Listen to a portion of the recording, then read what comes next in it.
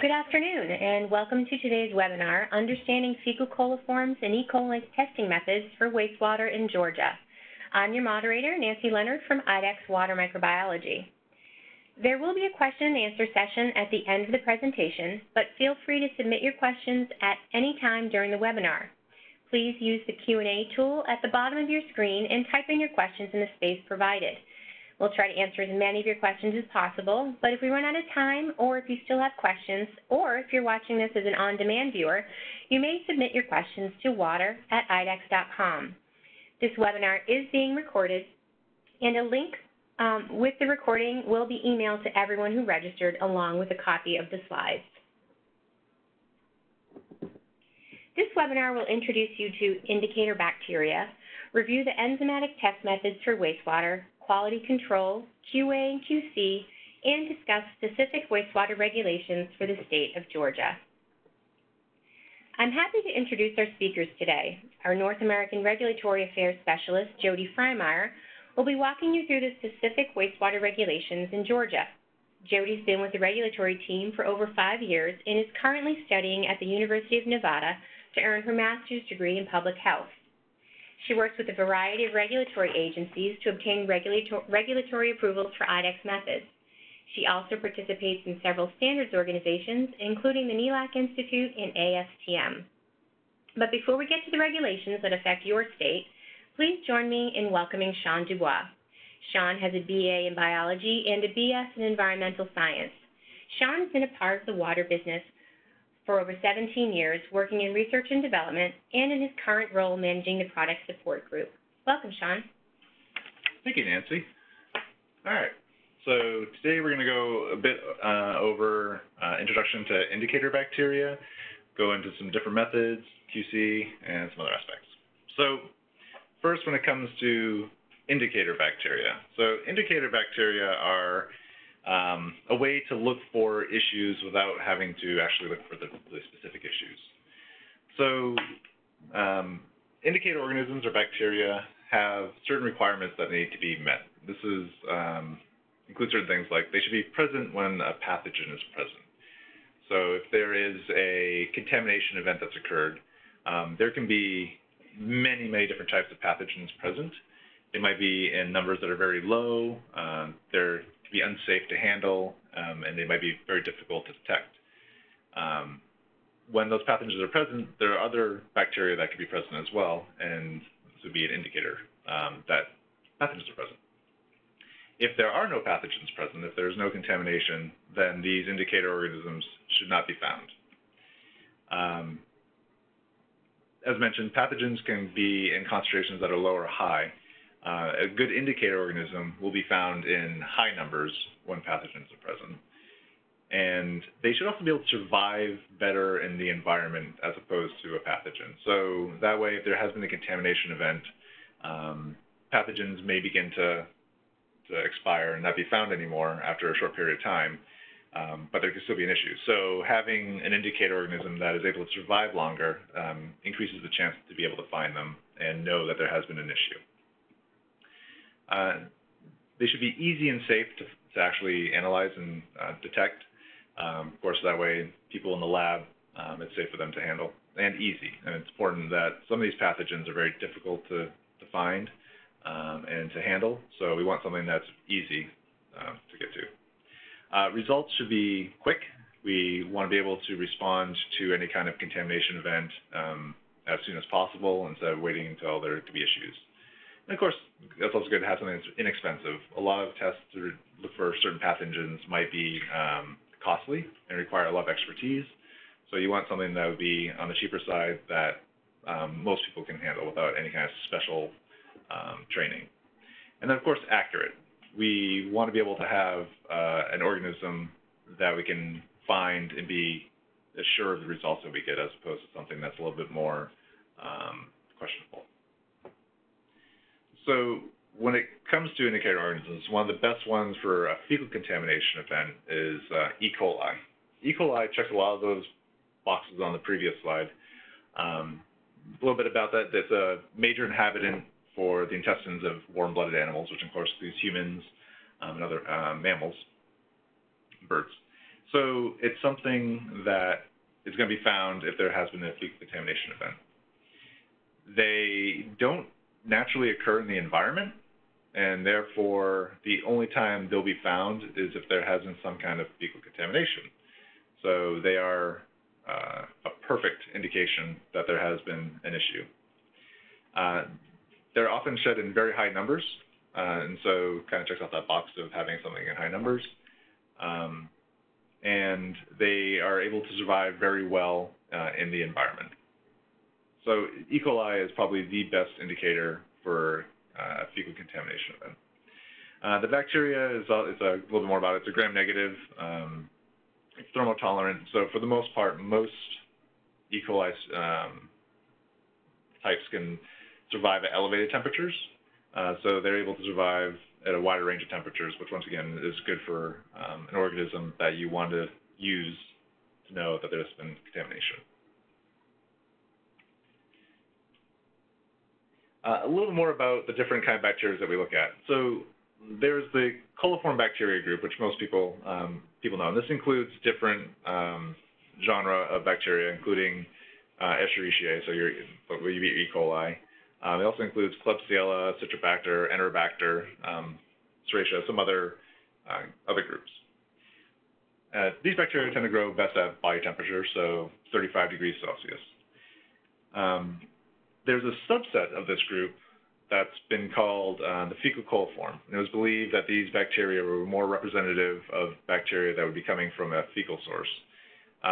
And so looking at a higher temperature, 44.5, it was believed that you would knock out a lot of environmental coliforms and only find coliforms that are originating from a fecal source.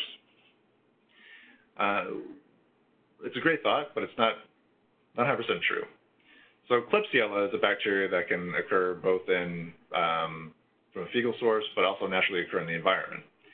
Some Klebsiella that are from the environment can actually survive at this elevated temperature, so not truly a fecal coliform bacteria.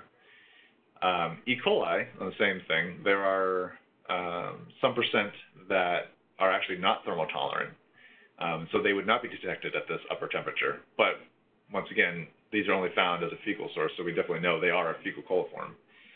So the group of fecal coliform at 44.5 is kind of a misnomer. The better terminology for it would be thermotolerant, so therefore bacteria that can survive at an elevated temperature. But for the most part for this presentation, we'll just use the term fecal coliform because that's what most people are used to. So now to get into a little bit about the methods that are used in order to detect a contamination event, fecal contamination event. It's kind of changed over time. First, you start off with multiple tube fermentation. It's a cumbersome process to run. It's about 60 steps when you take into account preparation of the media, QC, actually running the method, and then all the confirmations that are required. And the length of the test is 2 to 4 days. So it takes quite a time to get a final result, confirmed result. So not exactly your accurate and quick test. Over time, we then come to membrane filtration, which reduces the number of steps required for a test. It goes down to about 20 steps total. It still takes 24 to 48 hours when you factor in confirmations. So it is faster, less steps. However, it does require a little bit more skill in order to run, and it still is not the best method. And finally, come to the enzymatic test. An enzymatic test, including Colilert, Colilert-18, and Colilert, for quantification takes up to only 8 steps, and you have a confirmed result at 18 to 24 hours, depending on the test. No confirmations are required. So it's a lot simpler to run, and takes a lot less steps, and you have results much quicker. So it's enabling you to react faster to any kind of issue. So going into the IDEXX products a little bit more. So Colilert, Colilert-18, and Colilert all are based off of defined substrate technology, or DST. Basically what this means is that the media has several different components. It includes basically food for our target bacteria, things that will help enhance the growth of the bacteria that we want to detect. There are ingredients that help suppress the growth of bacteria that we don't want to detect, so those non-target bacteria. And then the third portion of the media is the enzyme substrate. And this is actually what will let us know whether or not our target bacteria are present in the sample. So first, looking at Colilert and Colilert-18 when detecting for total coliforms and for fecal. The first enzyme substrate is O-nitrophenyl beta-D-galactoperoxide, or ONPG. And what you can see here from the diagram is that it's basically two parts. You have the food group, the sugar group, which is the beta-D-galactoperoxide, and bound to that is O-nitrophenyl, which is the actual indicator.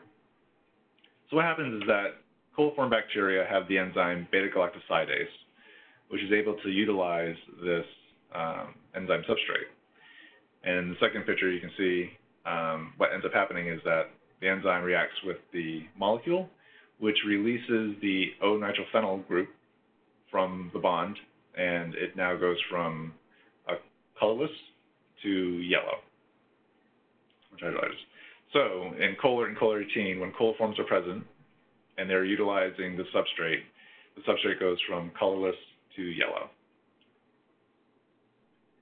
Colilert and Colilert-18 also contain a secondary enzyme substrate, 4-methyl-unbufferyl beta-D-glucuronide, MUG, and this is for the detection of E.coli. So E.coli are total coliforms, so they possess the beta-galactosidase enzyme, but they also contain the beta-glucuronidase enzyme as well, and this is specific towards E.coli. So in this case, the media is non-fluorescent, but the same activity occurs. The E. coli have this enzyme, utilizes a substrate, and that indicator, the 4-methyl-unbufferyl group, the 4-MU, is released and will fluoresce when exposed to UV light.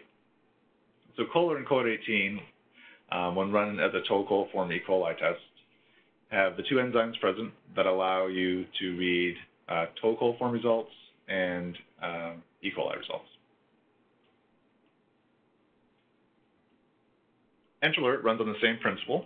It just has a different formulation that allows for the growth of enterococci and a different enzyme indicator. In this case, it's 4-MU beta-D-glucoside.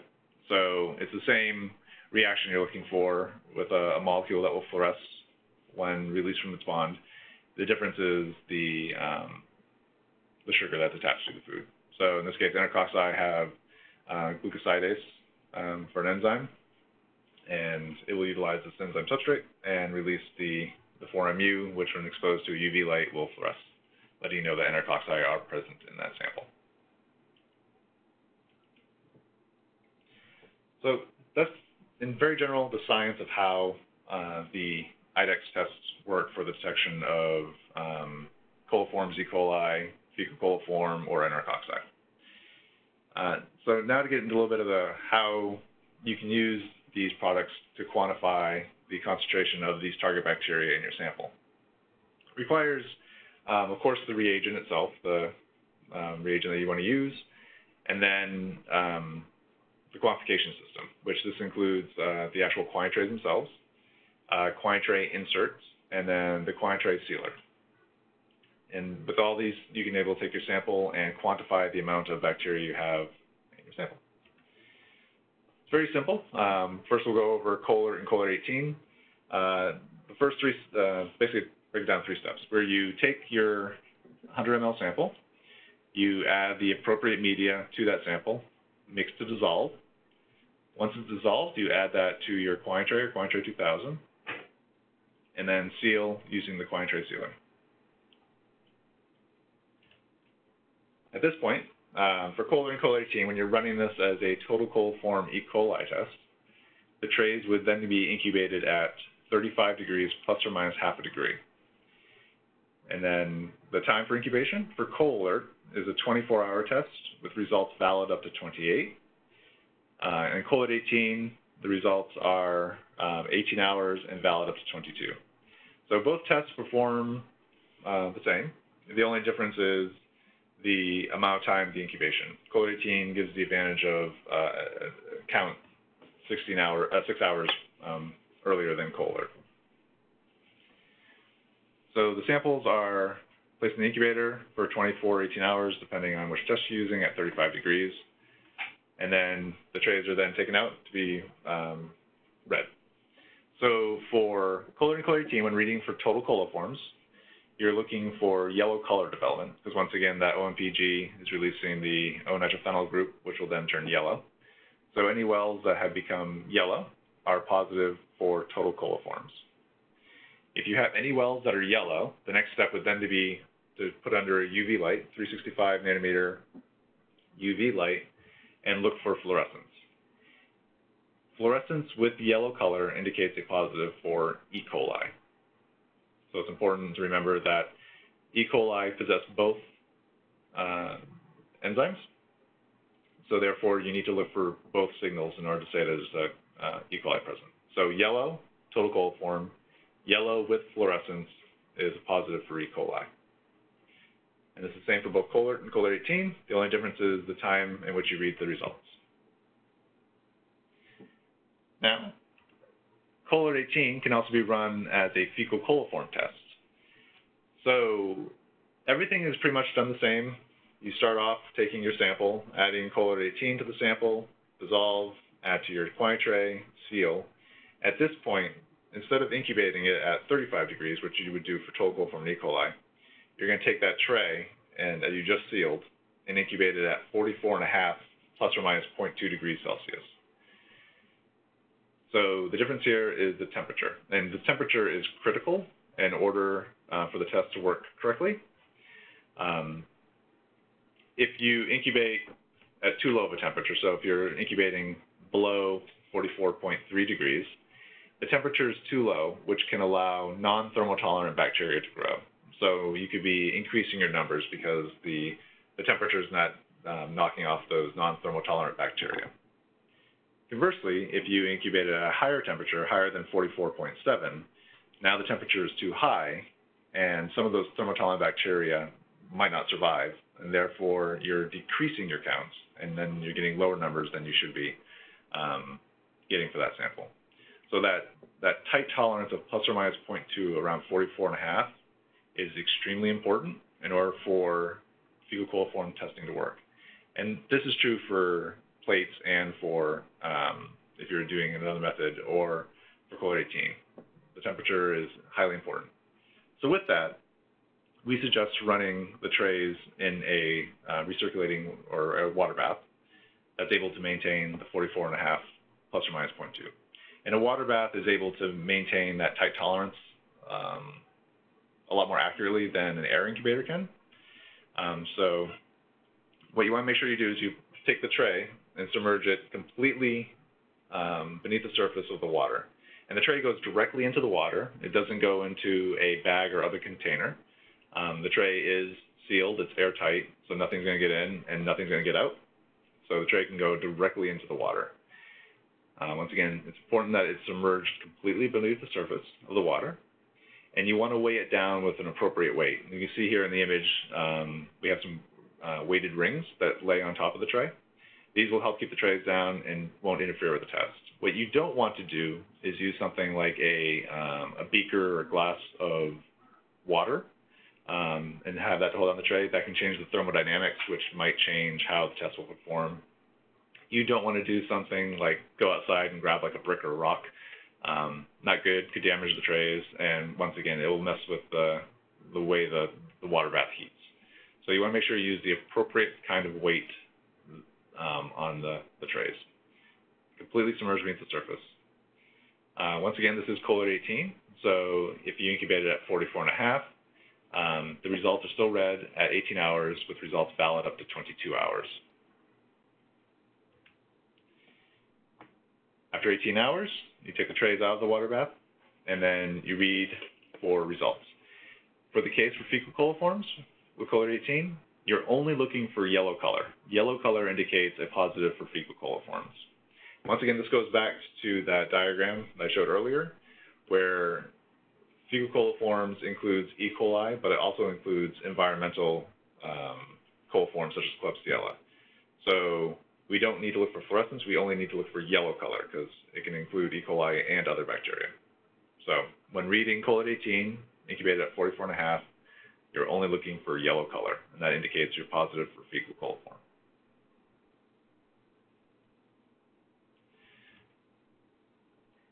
So when reading Colilert and Colilert-18, whether it be for total coliform E. coli, if the products are incubated at 35, or if you're reading it for fecal coliform when incubated at 44.5, there's a comparator that's available. The comparator would be used when reading results, especially if you're training new people or new people are running the test and everybody's getting used to it.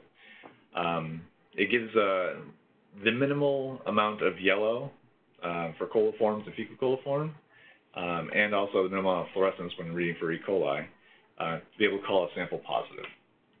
Basically, if the intensity of the color of fluorescence is equal to or greater than the comparator, then it's considered a confirmed positive for that analyte.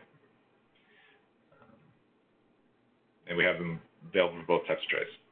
But basically, the minimal amount of yellow and minimal amount of fluorescence. Okay. Switching gears and going to Enterolert. Now, this is a test looking for enterococci. So you would use Enterolert. It's the same steps where you take your sample, add the Enterolert reagent to the water sample, mix to dissolve, add to your tray, seal, and now this test would be incubated at 41 degrees plus or minus half a degree. And the time for results is 24 hours, with results valid up to 28 hours. And in this case, we're only looking for fluorescence. It contains the 4-MU. So you take the tray after the 24 to 28 hours, expose it to the UV light, and look for blue fluorescence. Any amount of blue fluorescence is considered a confirmed positive for enterococci. Pretty straightforward. So now you've taken your trays, you've read them, you have numbers. What do you do next? The next part is to refer to the MPN table that's included with the trays. There's a separate most probable number table for the 51-well quantity tray and one for the quantity tray 2000. And what this will allow you to do is take that number of positive wells and now determine the amount of bacteria that were actually in that sample. So here's an example of the 51-well quantity tray MPN table. Once again, there's 51 wells. There's 50 wells of one size with a large well on the top. That gets counted as the 51st well. You would take that tray, count the number of wells that have turned positive, and then refer to the table to figure out your most probable number. So as an example here, 4 positive wells will give you a most probable number of 4.2. Quantity tray 2000 is a little similar. There's 2 different size wells for the quantity tray 2000. Large wells, which there are 48 of one size with the one large overflow well at the top, which becomes the 49th well, and then 48 small wells that are on the bottom of the tray. And what this does, it's a built-in dilution that's done for that sample, which increases the counting range. So in this case, you count the number of large positive wells, take that number, and then you count the number of small positive wells, and then you take that number and basically just do our little eye chart here and follow along the column for the number of large positive wells, and the row on the top is the number of small positive wells. So example here, 48 large wells and 25 small positive wells would give you an MPN of 344.1. So the advantage of the quantity tray 2000 over the quantity tray is that it does give you a higher counting range. So quantity tray 51 well gives you about 200, whereas the quantity tray 2000 gives you over 2,400%. So one question that has come up quite a bit over the years, and we still hear, is the difference of MPN versus CFU. People, especially who have been using the plate method for quite some time or so, are very used to the colony forming units. They're used to seeing actual colonies form. And so they want to know, is there a difference between that they've been seeing and most probable number, or MPN? The simple answer is no, there's no difference. Basically what this is it's a label or unit that's associated with the method that you're running and the result that you get from that method. So in the case of NPN, most probable number, these are bacteria and results that are being obtained from a test that is a liquid media. So for example, Colilert and Colilert-18. Whereas CFU, colony-forming units, are for bacteria that are grown on a solid medium or surface. So this would be your agar plates, your membrane filtration. So there is really no difference. It's just how you label the result that you get from the test that you run. What's important to show is discuss that both of these have a confidence limit that's built around the result that you get. It's very common known because multiple-tube fermentation and quantity method have a 95% confidence range for results that can be obtained.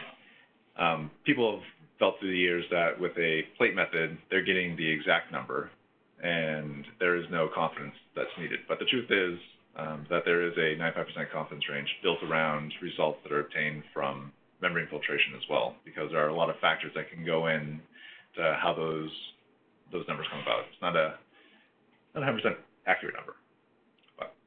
So really there is no difference between the two, just depending on how the results have been obtained. So let's talk about one of the advantages of the quantity tray system is that depending on the tray you use, you can have a very large counting range, and this will allow for testing to be done without the need of having to do dilutions or many dilutions of samples that you have to do, especially with membrane filtration. As noted here, the counting range of 2419 for the quantity tray 2000. But there could be chances where you might have a sample that would have a value that'd be outside of that of the quantity tray. So dilutions can be done on a sample prior to running in the quantity tray system. And the way to do that is that you would take your sample and dilute it with sterile diluent, sterile DI water, prior to adding the reagent. It's important to do the dilution before the reagent's added. And then from that step, you'd continue on as previously noted. You take your diluted sample, add the reagent, mix, dissolve, seal, incubate at the appropriate temperature, read results, and then go to the NPN table.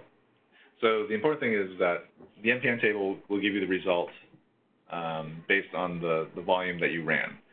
So now you just need to calculate based on the dilution that was run.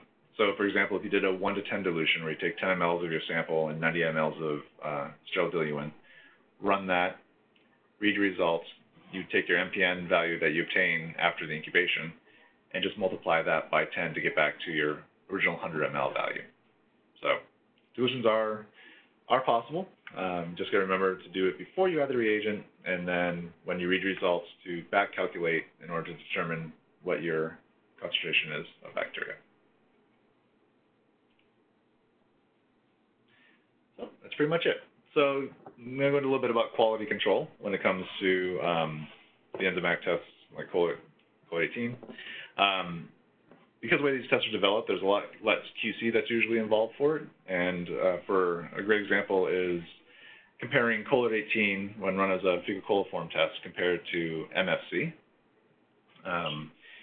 With Colilert-18, it's suggested when you receive a new lot of Colilert-18 in that you run positive and negative controls to show that you can detect targets and suppress non-targets, and basically do that when you receive a new lot.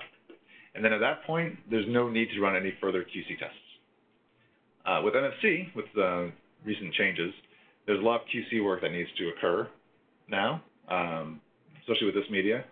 Once again, when you either produce in-house your own lot or you purchase new materials, positive negative control for each new lot. And then when you make a new lot, you should also be verifying 10 colonies per lot that you make. And then just the normal processes of running MFC, you need to have 2 blanks for every sample, per sample run, more depending on how many samples you're running. So you have to do QC along with your actual samples. And then monthly 10 colonies have to be verified as well. So there's a lot more QC that's involved with MFC when compared to Colilert-18 and really any of the products from IDEXX. When it comes to controls for any of the products, you want to have a positive and negative control, and you should get these cultures, you need to get them from a national collection, so ATCC, for example, American Type Culture Collection. Or IDEXX also offers IDEXX QC products, and there's a separate product for each type of analyte. So we have a total coliform E.coli kit that will give you an E.coli as your E.coli positive, a varicola as your total coliform, and a Pseudomonas as your non-target. So you get 3 of each of these, and then we also have Fecal coliforms, which will give you E.coli and Pseudomonas aeruginosa, and an enterococci kit that will give you E. fecalis for target, and then a gram-negative and a gram-positive bacteria non-target. And finally, looking at QC of the products. So any products that IDEXX produces, there is an associated certificate of analysis. And these are important to have just for your own records, but also for any audits that might occur. These can all be obtained from our website, and there's a link here that will take you directly to that page. And basically all you do is you just input the lot number that you wish to look up, and any product that's associated with that lot number, there'll be a link to a PDF for that certificate of analysis. And then you click on that and you can download it and print it right off. So it's important to have these and have that. And what the CFAs will have is the testing that is done on that specific lot prior to it being released for sale. And this includes different aspects, whether powder appearance, sterility, and then its ability to detect and suppress targets and non-targets. The way that IDEXX water works for our products is that we take our quality of products very seriously. So there are multiple steps that are done in order to ensure the product is of the highest quality before it's released. And that includes our production group, when they make the reagents, they will collect across the entire lot samples, and that gets brought to our quality control team, who then run a series of tests. And once all the tests are completed, that packet of all that information will then go to our quality assurance team. They review everything to ensure that everything's been done correctly. And then only once they've approved and all material that needs to be tested and all I's and T's and dotted and all that has been done, it will be released for distribution. So we have a lot of checks and balances. And if you ever look at any of the CFAs, you'll always see that it always passes. Because the truth is, if something did not pass in our hands, we wouldn't be releasing it. So to further show IDEXX's drive for quality, IDEXX as a whole has several ISO certifications, including 9001 and 14001. And then within the water business, our quality control team also has ISO 17025 accreditation, which basically means that we're doing very stringent work when it comes to our quality control for various products. And so, for example, Colilert, Colilert-18, and Colilert are 1702 certified. So in some labs, especially in like Europe and other countries that do a lot with ISO, this allows them to maybe reduce the amount of QC testing they need to do, because it already shows that a lot of work has been done prior to it being released, and they can use that information. But once again, we strive for our high quality of product that we provide to our customers. So, as mentioned, QC certs are available for everything, not just our reagents, but also the quantity trays, vessels, the IDEXX QC. Everything has an associated CFA that can be obtained for each of the products. That's that. So thank you. Okay, great. Thank you so much, Sean. A lot of great information in there. Now we're going to hear from Jody Freimeyer, who will let you know about the specific regulations in the state of Georgia. Jody? Thank you, Nancy. Hello, everyone. So the U.S. EPA drives regulations in Georgia just like it does for all other states. Specifically, the EPA's Clean Water Act is where wastewater regulations are included, And these regulations were created to control the discharge of water pollutants to surface waters, which the regulations can be found in the Code of Federal Regulations at 40 CFR Part 136. And every so often, these regulations are updated through a process called the Method Update Rule. The Method Update Rule done by the EPA in August of 2017 included the EPA's final approval for IDEXX's Colilert-18 fecal coliform method in wastewater effluent testing. After the EPA had its method update back in 2017, states that have primacy can either incorporate the federal rule into the state rules, or the state can create rules that are equivalent to the federal rule. But if the state does create its own rule, it must be as stringent as the federal rule. It can't be less stringent. Wastewater effluent monitoring is enforced through the National Pollutant Discharge Elimination System Permit Program, which is referenced as NPDES for short.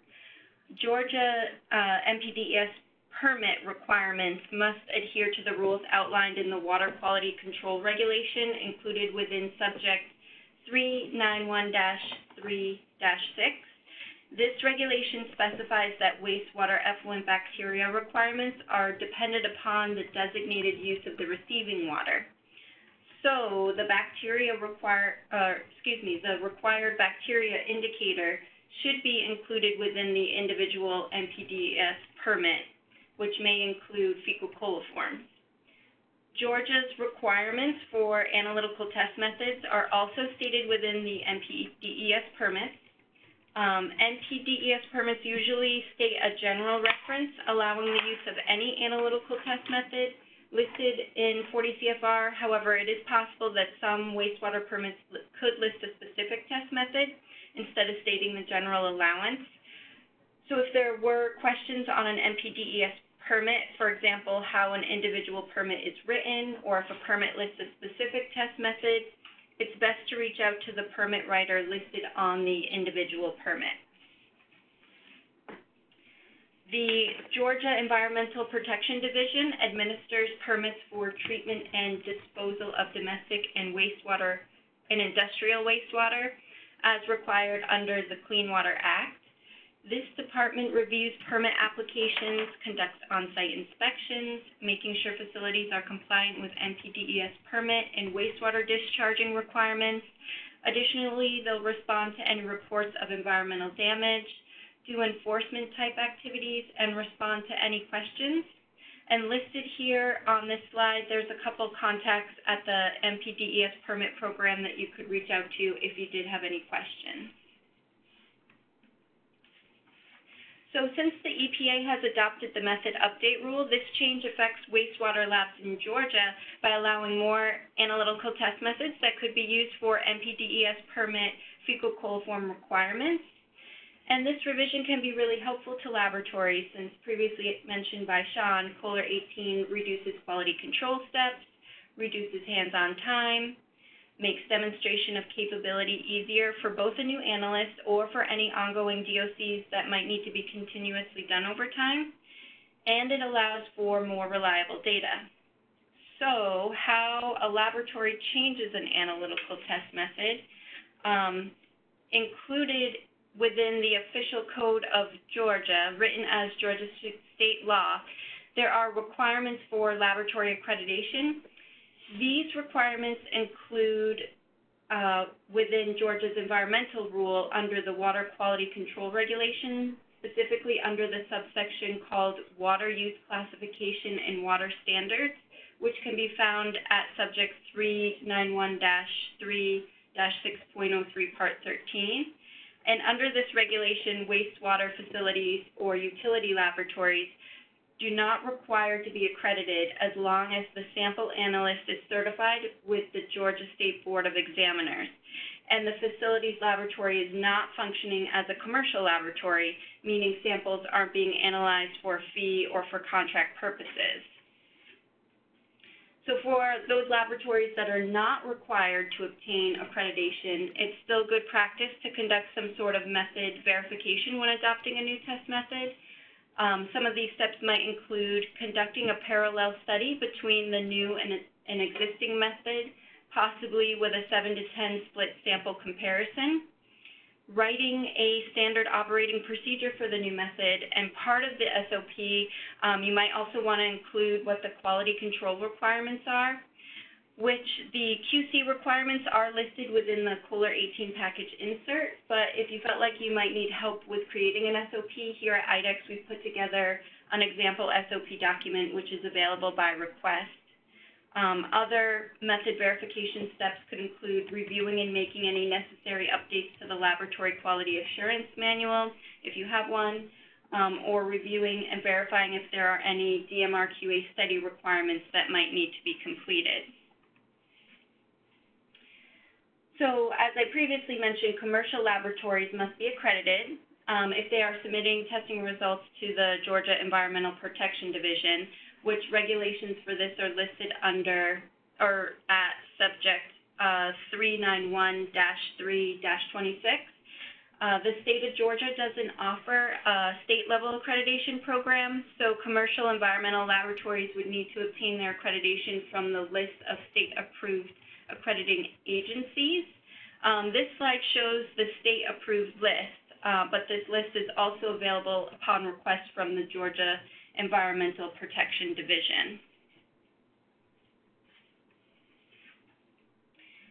Since accreditation programs can differ slightly, it's best to check with your accreditation body for the appropriate application form, if there's any possible fees, or if there are any additional requirements. But included here are the most common steps for changing an analytical test method. Typically, the laboratory will need to pass a proficiency test, create a standard operating procedure. You'll also want to make sure to make any changes to your quality systems manual. For example, if you don't already have IDEXX listed as a vendor. Typically, you'll want each analyst to complete a demonstration of capability and document it, then retain the information to have available if ever requested to be reviewed. Then once these steps have been completed, you may or may not be subject to an on-site audit. And also to quickly mention here at IDEXX, we have put together a document that outlines today's regulatory content in the form of a method adoption guide specific to the state of Georgia. This informational guide also includes the standard operating procedure document I previously mentioned, and if anyone would like a copy of the informational guide, please reach out to us and just request one. So today I talked a bit about Georgia's regulations, and to wrap up today's regulatory portion, I'd like to share a part of what I do, which is I follow various state rules and regulations to see how they periodically change over time. I'd like to provide a little bit of information on how easy it is for anyone to follow and even comment on proposed rule changes. And comments can be quite impactful when they come from stakeholders such as wastewater utilities or laboratories, since you're the ones who do this type of work and might be directly affected by any rule changes. A comment to the state can include things like your opinion on the rule subject, any data you'd like to share that might be impactful to the regulation you're commenting on, or how the proposed rule change might impact your daily work. On the Georgia Environmental Protection Division website, the state has a great reference document on suggested guidelines for participating in public comment phases, which you can view by going to their website and then clicking on the link for suggested guidelines for public participation. Also, to quickly mention, you may have noticed that some of the regulatory slides had text that was blue and underlined, which indicates a hyperlink. And once the slides are available, if you'd like, you can go back and check out the hyperlinks. The hyperlink on this particular slide will bring you to the Georgia Environmental Protection Division website, where you can sign up to receive email notifications if you'd like. And that concludes what I have for the regulatory portion today. Thank you. Great, thank you so much, Jody. I'm going to open it up for questions, and if you do have a question for Jody or for Sean, there is a Q&A tool at the bottom of your screen. There's a box in there if you just want to type in your question. We will make sure that it goes to either Jody or Sean. We do have a few questions that have come in, so we're going to start with those. Sean, you mentioned that there is a comparator for Colilert, but this person wants to know, is there a comparator available for Enterolert? No, there is no other comparator for Enterolert. We only have comparator for Colilert and Colilert-18. For Enterolert, we would suggest that if you have any question on whether or not something has fluoresced, if you read it at 24 hours in this question, you can incubate it up to additional 4 hours to see if fluorescence intensifies. Or the other way to do it is when you run your sample is to also run a negative where you just use a sterile blank with Enterolert and incubate at the same time, and then use that and compare to see if you see any fluorescence compared to that negative control. All right, great, thank you. This question is for you, Jody. What do I do if my permit says that I need to use a specific method? Yeah, good question. So if a NPDES permit lists a specific test method, you'd want to contact the permit writer listed on the individual permit, and then you can ask what needs to be done to have the method changed. Okay, great. So the information will be directly on the permit? Yes, it should be, yeah. Okay, great. Thank you. Another one for you, Jody. Does a commercial lab need to add Colilert-18 fecal coliforms to their accreditation scope? Yes.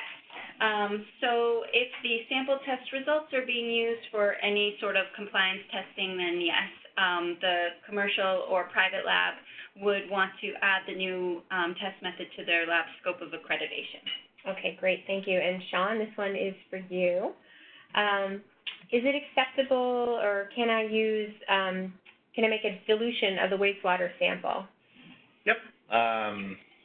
Yeah, it's probably, as mentioned, if for some reason you know that your counts are going to be higher than the counting range of the quantity, then you can do dilution.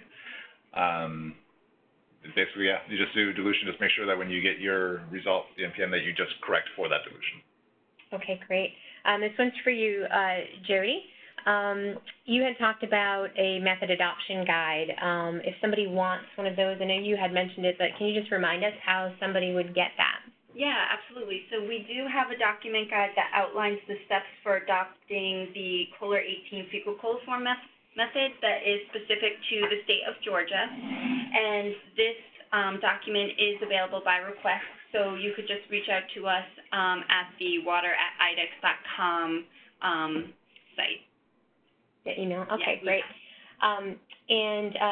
I don't know if I mentioned it, but I will also, at the conclusion of the webinar, I will be sending out a link to the recording of this webinar along with PDF of the presentation slides. I'll be sending that to everybody who registered, so whether or not they were able to make it here today. And that will also include some information on how, if you are interested in getting that method adoption guide, how you can do that. So I'll be sending that email out probably within 24 hours. Okay, next question that's come in. Let's see, Sean, can I test a sample which has turbidity or sediment? Yeah, whether it be turbidity, sediment, or color, you can test a sample. For like turbidity, or if you had like some kind of discoloration, like there was some color that might interfere with the ability to read a positive, then what it's just doing is doing a dilution, and a dilution will usually take care of any kind of color that might show up with turbidity. And with sediment, yeah, you definitely don't want to have that in the tray, so you want to make sure that either any sediment's kind of removed by like some large particle like filtration, or let it settle out and then take them from there. So that should be able to handle any of those kind of samples. All right, great. Thank you. I have another question for you, Sean. I understood that you said there is no reason to run a positive and blank quality control sample every time for Colilert-18 fecal coliform tests, only when using a new lot. Is that correct? Yep, that's correct. You should only have to, unless there's some other regulation that requires it, when it comes to Colilert-18, the only need is to test it when you first get that new lot in. And then after that, there's no other QC that's required, because you've already validated it for that entire lot by doing that first QC event. So no need to do blanks or anything like that during actual sample running, like you would for MSC. All right, great, thank you. Can I use an air incubator instead of a water bath? Assuming this is for fecal coliforms, as we discussed, we highly suggest using a water bath, because once again, the water bath is able to maintain that really tight tolerance of the plus or minus 0.2. High-end air incubators, some of them are able to maintain that temperature, but they're few and far between, and once again, there's still going to be question about their ability to recover temperatures really fast. So we still strongly suggest using a water bath for fecal coliform testing. Okay, great, thank you. Question for you, Jody. Will Colilert-18 ever be approved for sludge? This question seems to come up every time. Yeah, good question. So the IDEXX methods were developed for testing of water matrices such as drinking water, wastewater, and beach monitoring. So at this time, IDEXX doesn't intend to perform a national ATP with the U.S. EPA to allow these methods to be used for sewage sludge. However, if an individual laboratory or utility wanted to pursue a limited use ATP for an individual method approval, we could provide some guidance on that process. All right, great, thank you. And again, if you do have questions about that, you can either respond to the email that you'll be receiving from me in the next day or so, or you can send your questions to water@idexx.com. I think this is the last question. This one is for you, Sean. Is there a different Colilert-18 reagent for fecal coliform testing versus E.coli testing? Nope, it's the same reagent. You're still using, it's just the one type of Colilert-18. The differentiation between the tests is the temperature in which you incubate your sample. So once again, if you're doing total coliforms and E.coli, you'd use Colilert-18 at 35, and if you're using Colilert-18 for fecal, then you just incubate it at 44.5. So it all comes down, same reagent, just a different incubation temperature. All right, that's fantastic. Thank you, guys. Thank you both, Sean and Jody. Appreciate your time and your expertise today, and thank you all on the phone listening to the webinar. We really appreciate your time. We know that everybody is busy, so we're happy that you were able to take the time to be with us today. We hope that you found this webinar helpful and that that you take the time to answer the brief survey that you will be getting shortly. We'd really love to hear your feedback and also suggestions for future webinars. If you have additional questions or feedback, you can always also email water@idexx.com. Thank you so much for being with us today, and enjoy the rest of your day.